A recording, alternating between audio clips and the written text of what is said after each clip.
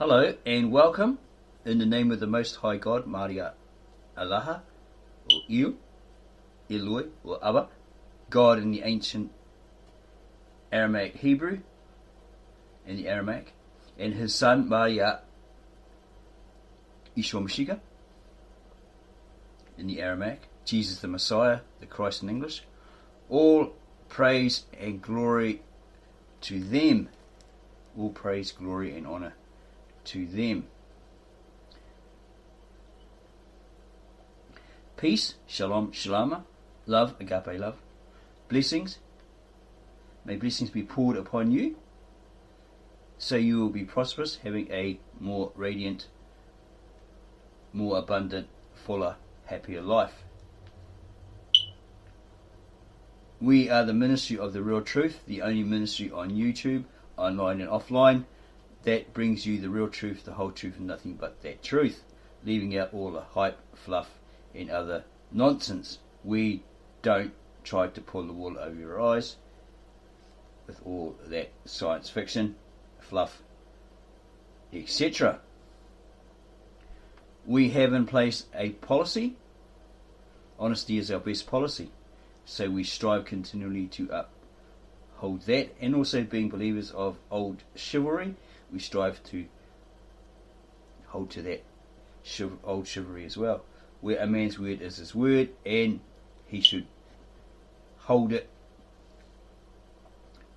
to be, uphold it to be honourable, to be honoured, and do as such, so others will see that he or her are a person of their word, that they are most honourable. Today is a great day, a glorious day, as we are going to look into a series of volumes of sacred books of eras gone by, such as this one, the Sacred Books and Early Literature of the East, with an historical survey and descriptions, Volume 1 by Horn, Charles Francis Horn, around 1870, copyrighted about 1917. It's a very interesting book.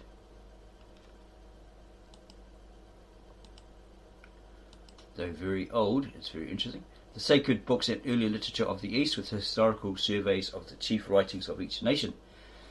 Translations, bibliographies, etc. by the following leading Orientalists. These are specialists or the experts in their era in Oriental studies, under the editorship of a staff of specialists directed by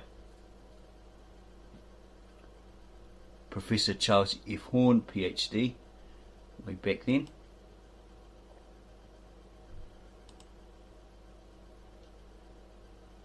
The present and the past, an ancient Babylonian coffin, just can't really see that word, and a child of the region today, pictured here.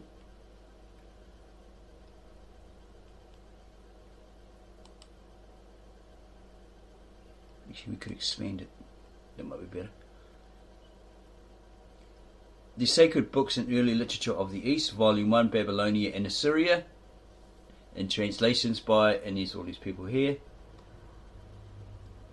with an historical survey and descriptions by Professor Charles F. Horn, PhD.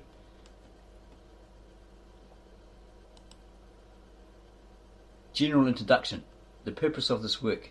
In speaking of the sacred books of the East, that great American sage and teacher Emerson called them that class of books which are the best, the Bibles of the world, or the sacred books of each nation, which express for each the supreme result of the experience.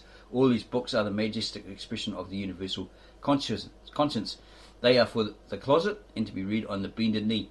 Their communications are not to be given or taken with the lips and the end of the tongue, but out of the glow of the cheek and with a throbbing heart.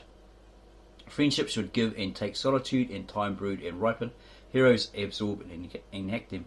They are not to be held by letters printed on a page, but are living characters translatable into every tongue and form of life. We call them Asiatic, we call them primeval, but perhaps that is only optical. For nature is always equal to itself, and there are as good eyes and ears now in the planet as ever were. Only these ejaculations of the soul are uttered one or a few at a time at long intervals, and it takes millenniums to make a Bible. Emerson spoke with but a shadow of our present knowledge of the East. Mighty books unknown to him have since been recovered by modern scientific search. Yet the reader may well take Emerson's words as a hint of how profoundly Earth's earliest literature, even when only the barest fragments of it were known, began at once to shape the thought of our foremost men. Earth's earliest literature. We ask therefore of the reader a moment's consideration of the sources and earliest human thoughts and books. In what far distant epoch man first began to think for himself, we do not know. Those half-brutish minds of some long-forgotten Stone Age have left no trace of the vague first why, with which they began mankind's internal struggle to pierce the infinite. Feeble indeed must have been those earliest efforts of men to reach beyond immediate physical sensation, to understand themselves and the world around them, and the spiritual world which they felt expanding above them and beyond. So completely blank is the abyss of ignorance which our climbing forefathers have left behind them, that up to a century or so ago, mankind has scarcely a grain of knowledge of what happened in the world 3,000 years before. Back of the Greek wars sung by Homer, we had almost no guide to earlier ages except in our scriptures, the Old Testament account of the creation, so brief and so often misinterpreted and misunderstood. Beyond this one mighty book of the past, with its attention centered on the Hebrew race, we possessed only a few loose references in Old Greek authors who mentioned Babylon and Egypt as fading lands of the past, in which the Greeks took little interest. The 19th century changes widely. The world of 3,000 years ago is now almost as clear to us as yesterday's world. Moreover, we can look back twice as far, 6,000 years perhaps, and know more of that distant date than our fathers knew of Homer's time. Even beyond 6,000 years, we have now well-defined glimpses of an earlier age, of races at least semi-civilized in an antiquity for which we have no measuring terms of years. The present series, that is what the present series of volumes seeks to do. From each of the great centres of the Oriental thought, it gathers the chief writings. Only the greatest works are given. These are offered with brief explanations of their value and their origin. Minor points of note and comments have been avoided, the purpose being to let the reader study the ancient books themselves rather than our modern discussion of them. The volumes offer first the oldest discovered documents of each ancient civilization, so that the reader may see for himself or herself what vague stirrings of thought first came to men. Sometimes these earliest fragments embody religious ideas from days far older than the divine revelations to Moses. Sometimes they deal with the moral rather than the spiritual world, proverbs which show how many had resolved to deal with man thousands of years before Christ's great command, love one another. Sometimes they are boasts of a vain conqueror, sometimes songs of joy, more other cries of terror, but in each case they are the earliest visions which open to us the human heart. There is a series of volumes. We are estimating from what we've found, at least probably about 17 volumes. This is the first volume that we searched for and we came across. We found. Following these most ancient recovered fragments, our series with the volumes gives for each race its great religious book, its Bible, Quran, or whatever else it has held most sacred as a gift of God to man. For never a race rose to civilization, but it seems to have regarded some portion of its thought as being divine. Some one of its writings was declared an inspiration which had come to man from a higher source than he. Then is given the chief or oldest historical writing of each race, its most valued poems, its travels, a specimen of its drama, if it ever developed drama, its chief romance, and something of its simpler household tales. Thus the effort is made to let the reader see for himself or herself the best of all the literature of the East. Thus he or she can follow Oriental wisdom from its beginning. A summarized history of Eastern literature. As far as possible, the books of each nation, per volumes, the entire volumes, have been not only kept by themselves but arranged chronologically. Thus each of the volumes are also a history of a nation's literature. Read first a brief introductory sketch to each, telling what the nation's course has been in literature, what its chief books and writers, and what the progress of its thought. Guided by this general knowledge, turn then to whatever class of works most please you in the body of the volumes. Read the strangely differing romances of the varied races, their quaintly worded travels, their boastful histories, or balance one against the other the varied human passions of their poems, or best of all, compare their sacred books and gather how, amid all the thousand diversities of man's physical growth and culture, his spiritual thought remains ever in its elements the same, because it is guided by some wisdom older, stronger, and more all-enveloping than human intellect. Charles F. Horn. Here is the contents of Volume 1, starting from Babylonia and Assyria, the first civilization. Earth's oldest language is Sumerian, texts in the Akkadian or oldest Semitic tongue. Greater Age of Babylonia, the Great Age of Assyria, and then it's followed by illustrations in Volume 1, the present and the past, and so forth. Sacred books and early literature of Babylonia and Assyria. Introduction. The remarkable rediscovery of Earth's early civilization and of the growth of religious thought in man. The ancient Asiatic land of Babylonia, the fertile valley of the great Euphrates River, has a double interest sufficient to arouse the eager attention of every modern reader. In the first place, this valley was the home of the oldest civilization that has survived in any intelligible form, and in its literature we may study the earliest upward steps of the thought and intelligence of our human race.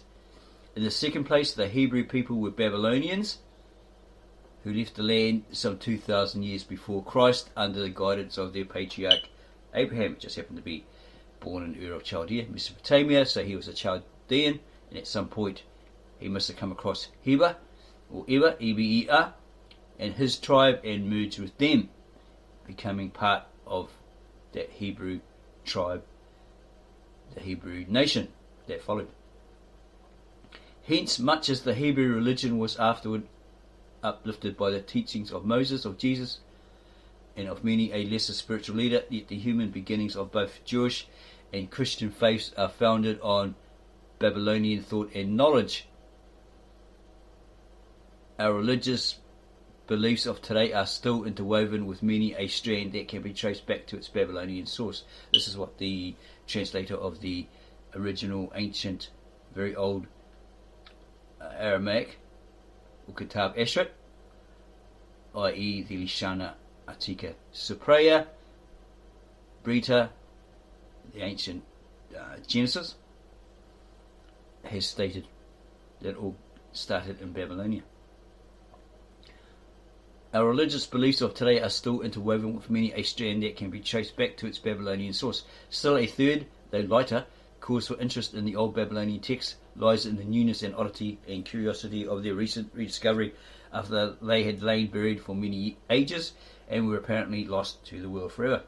The antiquities of Babylonia is so great, the destruction of its many powerful cities was so complete, that even in the far distant days of Greece and Rome, men were beginning to forget Babylon and to make the mistake of referring to Egypt as the earliest home of civilization. Again, men were beginning to forget Babylon and to make the mistake of referring to Egypt as the earliest home of civilization, as many are doing today. So complete became the oblivion of the older land that a century ago our modern world knew nothing of Babylonia or of its later rival Assyria, except for the chance references to them in the Hebrew scriptures and a few comments preserved in old Greek authors. The pictures of Babylonia in the Bible were of the original paradise, the flood, and then of a great power under a savage king Nimrod, or under later tyrants such as Sennacherib and Nebuchadnezzar. The Greek comments are all based on one source, a history by a Babylonian priest, Berossus, written about the time of Alexander the Great. These surviving fragments from Berossus are given here within this volume. At the opening of our volume, that the reader may combine them with the well-known Bible story, and so begin by seeing Babylonia as all the world saw it a century ago, a land of sombre mystery, of desolation, incurred as a direct curse for sin, of darkness, lightened only by the fantastic legends of Berossus. The reopening to our vision of the strange true world of this most ancient land began about 70 years ago. Scientific explorers unearthed the ruins of some of its forgotten cities and found wall carvings and tablets inscribed in the old Assyrian language. That could be the Kitav Asherit, the language of the Assyrians or the Ashuri. At first no man could read the unknown script, and it is one of the proudest triumphs of scientific ingenuity that by patient labour our scholars managed at last to interpret the ancient signs and reread the language which has been obliterated for over 2,000 years. The old dead languages, nobody uses them anymore, so they must have found a way to revive those, probably through using the modern root words of a modern vernacular or derivative of that language, ancient language. Spurred on by this remarkable success, our scientists have explored the whole Euphrates Valley and delved into many a buried city. Briefly outlined, the knowledge we have gained is this: 5,000 years ago there stood in the Babylonian Valley many strong cities encircled by mighty defensive walls of brick and inhabited by men of considerable intellectual power. These people wrote and meditated and invented arts and had priests and kings and carpenters and lived in that mutual dependence and division of the labours of life which we call civilization. Moreover, these grim and ancient city walls were some of them built high upon the ruins of yet older fortified towns dating back into centuries that we cannot count. At the very bottom of one of these huge mounds of ruins, overlaid by the debris of city upon city, our explorers have come at last upon the remnants of a mere simple fisherman's village. How long is it since those fisher folk spread their crude nets against the still unceasing flow of the great Euphrates River? No man can say, but the explorers reckon that the village may perhaps date back 12,000 years. Despite this doubling and doubling again of the length of our modern vision into the past, no scientist would today say positively that these strange brick-built cities of Babylonia represent man's original civilization, its first rise above the savage state. They represent only the first of which we have clear trace. Searchers have caught vague glimpses of other civilizations, perhaps even older, in Central Asia.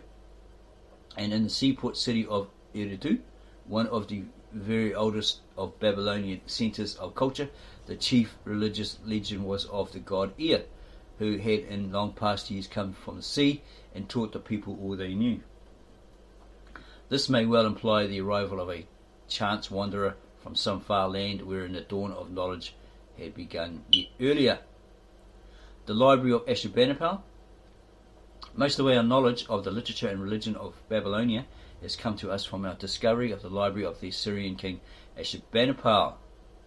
This monarch reigned at a comparatively recent date, about 650 BC, but he was himself an interested student of the past. He was a bookworm, or a tablet worm. That past which he could trace as far behind him as we, a century ago, could trace our past.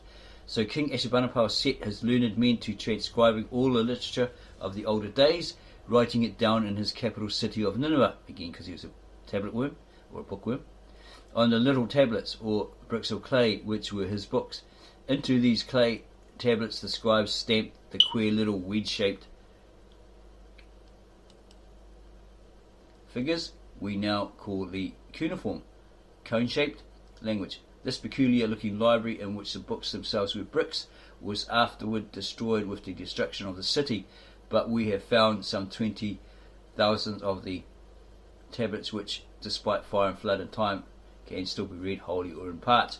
There have been other writings found in other places, many books by brick, but no others have given us such value as the great library of Ashurbanipal.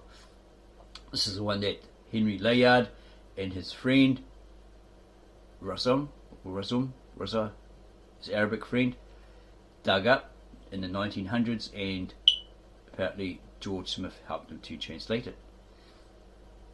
And we read that they dug up and found 50,000 tablets, which are in the British Museum and very cherished.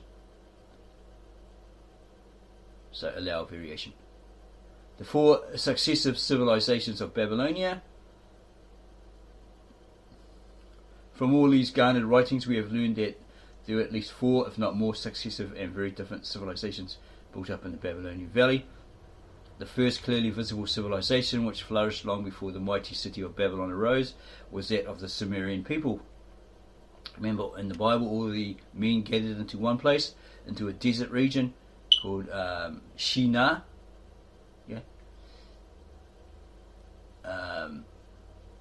or Sumer.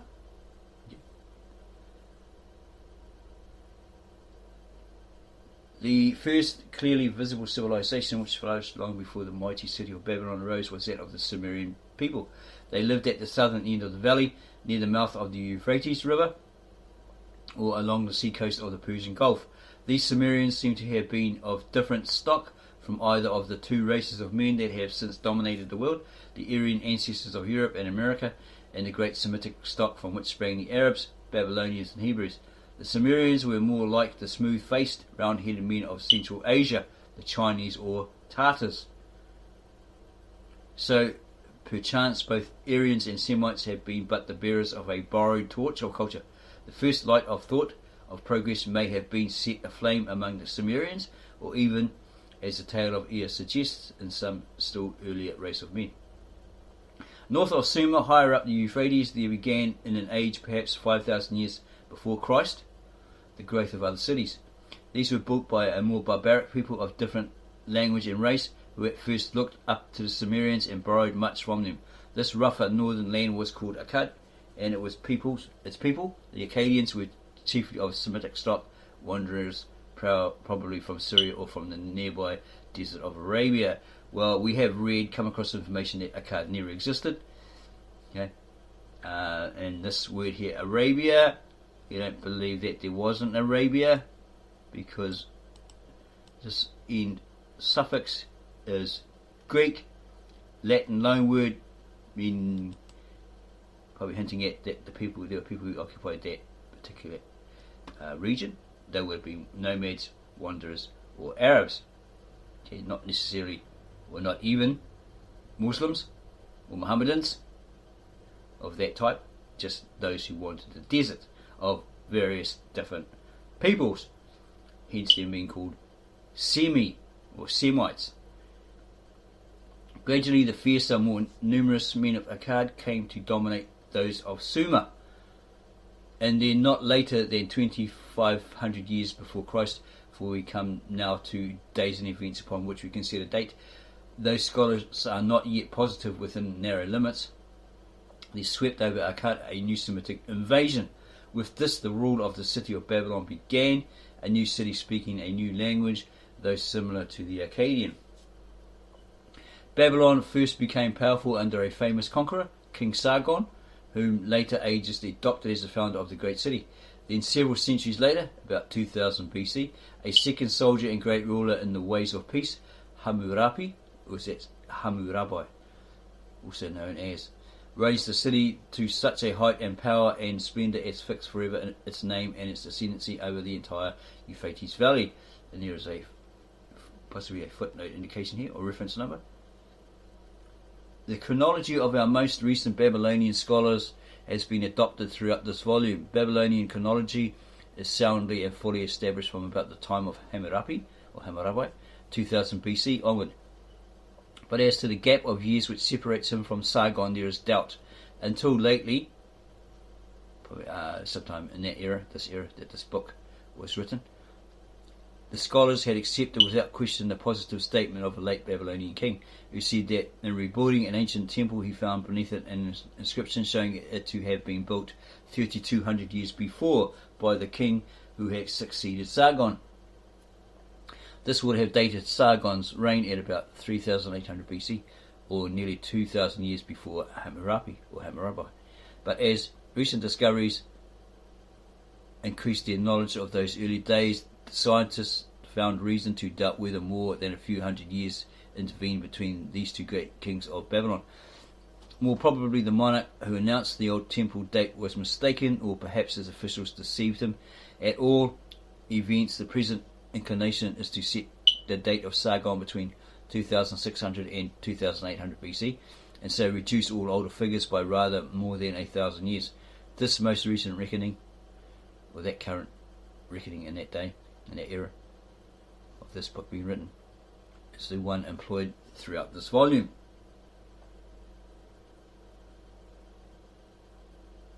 Babylon first became powerful under a famous conqueror, King Sargon, who later ages adopted as the founder of the great city. Then, several centuries later, about 2000 BC, a second soldier and great ruler in the ways of peace, Hammurapi or Hammurabi, raised the city to such a height of power and splendor as fixed forever its name and its ascendancy over the entire Euphrates Valley. It was Hammurabi's day, if not before, under Sargon, that Babylon's power and influence began to spread beyond the Euphrates Valley. That's that Mesopotamian area. The people gained their first knowledge of the rival civilization of Egypt. This was probably less ancient than that of the Sumerians, but Egypt had not been so harried by devastating war as was the easily accessible valley of the Euphrates. So they didn't come under a lot of battles. They weren't hassled by wars, warriors, invaders. Okay. Egypt had not been so harried by devastating war as was the easily accessible valley of the Euphrates, because they were quite walled in and they could see enemies coming, right? And we shall find in Egypt a more rapid progress in all the arts, with the exception of the one dread art of war, while Hammurabi or Hammurabi and his Babylonians fought, the men of Egypt thought. Thus, Egypt's intellectual and religious development makes her ancient literature in some ways more worthy of study than that of Babylon, though Egypt never reached the opulence nor the cosmopolitan spirit of the shrewd Babylonians. The latter became the merchant princes, the commercial travellers of the world. Well, that was the centre of trade, etc., wasn't it? Apparently. There still remains a fourth Euphrates empire to be noted. The Assyrians, who dwelt in what had been originally a sort of rough frontier colony of Babylon, gradually grew in warlike power until they threw off the yoke of Babylon, conquered the parent city, and became in their turn the military rulers of the entire valley. Babylon, however, continued even in the Assyrian days to dominate the region as its chief centre of religion and culture. Sometimes Babylon fought for independence, and at others it submitted and was boastfully displayed as the proudest jewel of the Assyrian crown. The oldest literature and the growth of thought. Turn now to the literary remains of these four successive ages. Many of the tablets of the Assyrian Ashurbanipal are written in two parallel columns. They give the text in its own tongue or language, and also in the ancient Akkadian or Sumerian. Well, you have the Sumerians who weren't Semites apparently, and then the Akkadians, when like the Sumerian time was coming to an end, they basically adopted and adapted their language, their culture, their religious texts, etc., etc.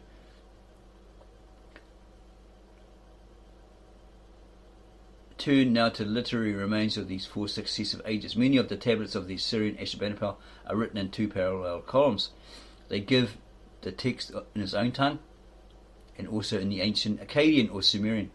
Sometimes a third column gives the same record in the later Akkadian or Babylonian language. Hence we learn that the old Akkadian tongue had been retained for thousands of years, much as Latin has been in our own day. Yeah, that's a modern Latin, isn't it? As a sort of religious language. Possibly, I don't know, if Latin's an old dead language, then today's Latin would be a modern version of that, right? Okay. Hence, for thousands of years, much as Latin has been in our own day as a sort of religious language. Later Babylonian and Assyrian resembled it, were born from it, as our Italian and the religious Later Babylonian and Assyrian resembled it, were born from it, as our Italian and French are born from Latin. So it's said that if you know the Latin, the other three languages that stem from it, the Italian, the French and the Spanish, you should be able to understand those. Even though you can't speak it fluently, you should be able to understand them because they are similar, stemming from the Latin. The priests of Babylon sang their religious chants in the ancient Akkadian. We might even compare our day and theirs yet further, for just as we find our ultimate religious sources not in the Latin, but in the still more ancient Hebrew, so Babylon looked back beyond Akkad and found its first religious source in the Sumerian tongue. In the present volume, therefore, you will find first of all the surviving fragments of the pre-Babylonian days. First comes the Sumerian text, the oldest and most valuable survivals of that earliest human tongue, a language that had been dead for centuries before Hebrew or Greek or Latin was first born. Next comes the Old Akkadian section. The religious chants and hymns in Akkadian are quite numerous among the later libraries, but we cannot be sure whether they preserved genuine early Akkadian thought or were composed in the old tongue by Babylonian priests, much as the poet Milton and many other modern scholars wrote Latin hymns long after Latin had disappeared from common use. In addition to this book, Akkadian, however, our explorers have found numerous carved inscriptions of Old Akkadian and even Sumerian date. Moreover, when we deal with late Assyrian transcripts, we must remember that Assyrian legend and religious faith always look back to the older originals. Neither Assyria nor Babylon seems to have added much to the stock of thought which each inherited. The progress of ideas through all these many centuries that we can trace was almost inconceivably slow. An Assyrian would have told you, like many a modern pessimist, that there was nothing new under the sun, that every possible thing had been thought and said again thousands of years before his time. Isn't that what King Solomon was saying in Ecclesiastes 1 verse 1 and so on? We have lived to know that the Assyrian was wrong. We can see now how even his own civilization bore within it the seeds of a tremendous expanding tree of knowledge and divine inspiration. To realize this, to see how from Babylonian sources we were to burst forth the great Hebrew religious thought and also the great Greek scientific thought, one need only follow earnestly the literature presented in this and the succeeding volumes. Let the reader begin by noting here the faith and the degree of intelligence, as well as the social and religious customs that find expression in our Sumerian and Akkadian texts, those immeasurably old and oldest treasure houses of human ideas. There are proverbs, some of them closely paralleling our modern sayings. There are spells to ward off evil, such as our age has almost but not quite outgrown. There are pompous boasts of conquest by forgotten kings, whose very names are now unreadable. There are laws also to protect property and life, savage, retaliatory laws such as we should expect at the beginning, and there are other laws such as we should not have expected, arranging small details of business. Instead of a single patriarch or ruler deciding all matters of hand by a rough personal sense of justice, there was already a complex social code seeking to fix broad impersonal relationships of equal standing for all men. As for the religious chants, they speak of good powers and evil powers, gods and demons, but these show no larger religious thought. Their imagined deities were little more than men. Each city had at first its own god, and sometimes he could not even protect his special city, so as people did not think of him as very powerful. It was quite natural that some other city having a god a little stronger should fight against him.